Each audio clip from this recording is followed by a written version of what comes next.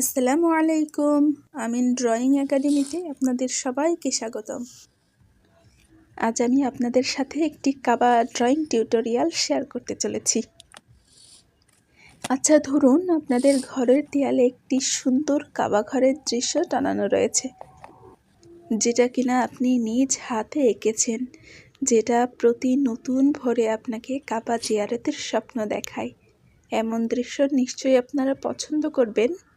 তাই চলুন দেরি না করে শুরু করা যাক।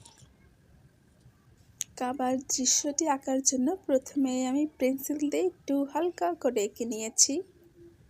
দৃশ্যটিতে আমি জল রং ব্যবহার করছি। প্রথমেই কালো রং দিয়ে আল্লাহ ক্যালিওগ্রাফিটি এঁকে নিচ্ছি।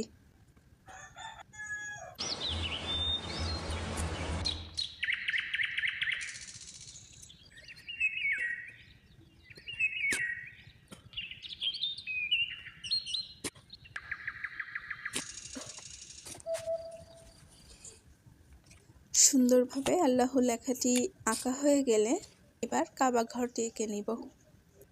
প্রথমেই কালো রং দিয়ে কাবা ঘরটা এঁকে নিচ্ছি। কাবা ঘরের চারিপাশ এঁকে নিব।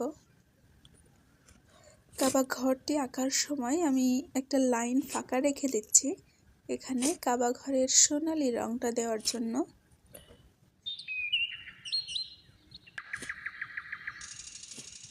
সুন্দরভাবে কালো রং করা হয়ে গেলে হলুদ রঙের সাহায্যে ফাঁকা লাইনটি পূরণ করে দিচ্ছি।